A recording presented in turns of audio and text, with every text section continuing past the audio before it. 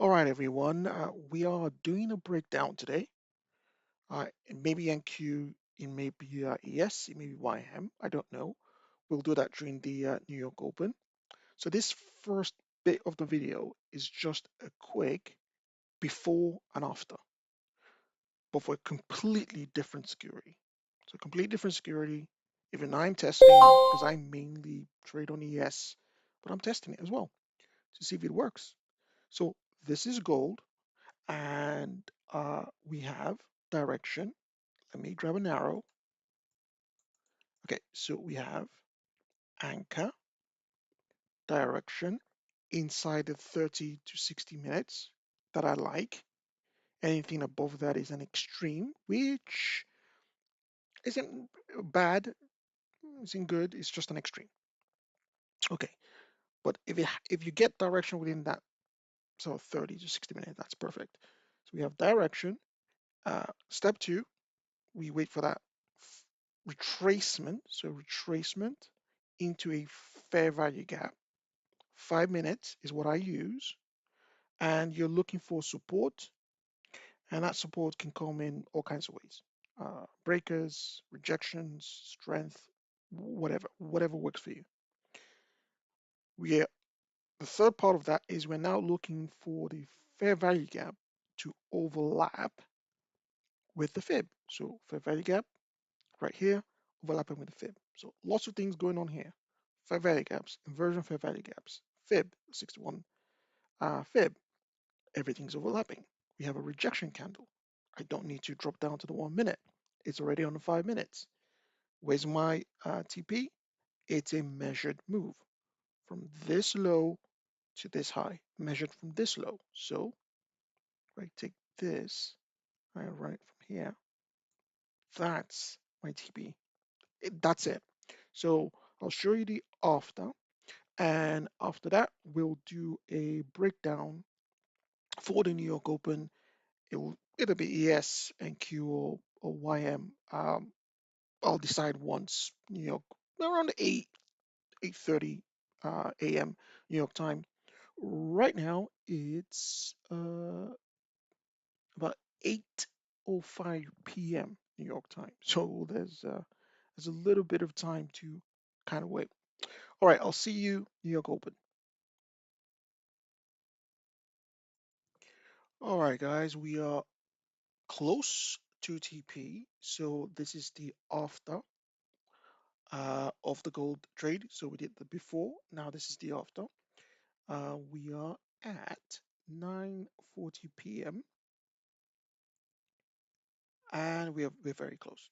So just to review, before, same model, same framework. We want direction from your anchor. The anchor is important. Okay, so every security has its anchor or anchors, right? There's specific points throughout the day you can measure things from. If that makes sense, right? So ES has a few, but ES will have obviously the 6 p.m. open is one, the 9:30 open is another one, 8:30 is one, the 5 a.m. is another one for London, but they have certain anchors, points in time that you can say, okay, this is when there's likely to be a shift, right? Or shift in money flow or something to that effect. But that's really it for gold. It's I'm just trying to show that it's the same model but used for something completely different. I do trade gold. I don't use this model on gold at all. I use other models, specifically a sweep model, but I don't use this model at all. And really, this was just an opportunity to use it. I have tested it on gold before, um, but gold I sort of trade more long term because it's just going one way, right? All right, see you guys for the New York Open. Oh, just close my trade first. So let's close this trade. This is very close. Doesn't really matter. Just close that trade. All right, New York Open. Oh my goodness, guys. I did it again. I I was recording while I was on mute, so I've restarted the recording. All right. So for today, I wanted to do a breakdown of ES. So we started with the 9:30 open as your anchor. That's one. Number two, waited for the direction, which we get within that 30, 40 minutes, can be an hour. That's number two. So we got the direction. So now I'm thinking a measured move up. Number three, we waited for a retracement into a fair value gap that overlaps with a fib, and this overlaps with a 50, 30 fib as well. The step four, I was talking to you guys that I was just saying that this move into the fair value gap and out of the fair value gap was too aggressive, and I didn't get an entry obviously from there. So we were talking about a secondary opportunity, and I was talking about this um, place right here. Just take this away. Let's change this to uh, something like this.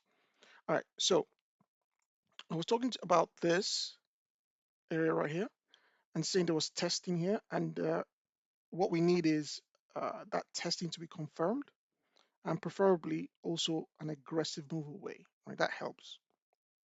It's not always the same, but it helps. So once I had this, I was confident to say, okay, I can take an entry, which I took, and then put my risk below this low, this swing low. My target is just 100%. So from this low, so if you take this move from here to here and project it out from here, then your measured move is here. This is currently where price is.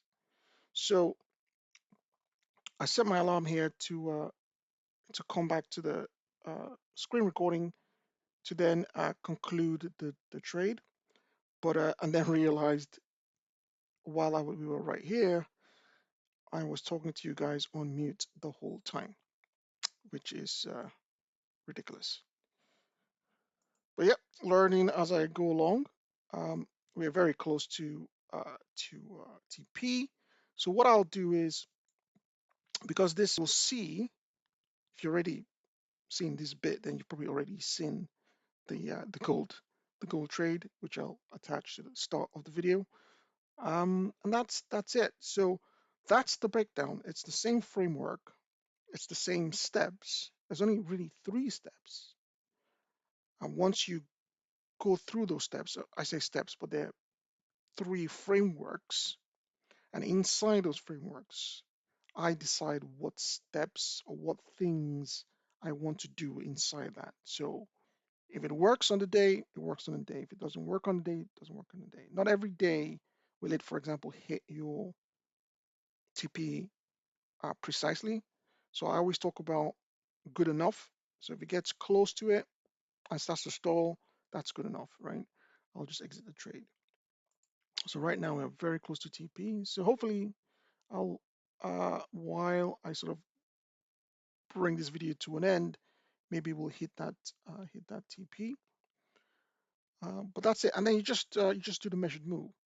The trickiest part of well, not just my model, but really any model, is deciding when to to pull that trigger, right? Deciding when to pull that trigger, especially if you're on the smaller time frames. And I mentioned that there's multiple ways or multiple things I'm looking for. I've trained my eyes to see,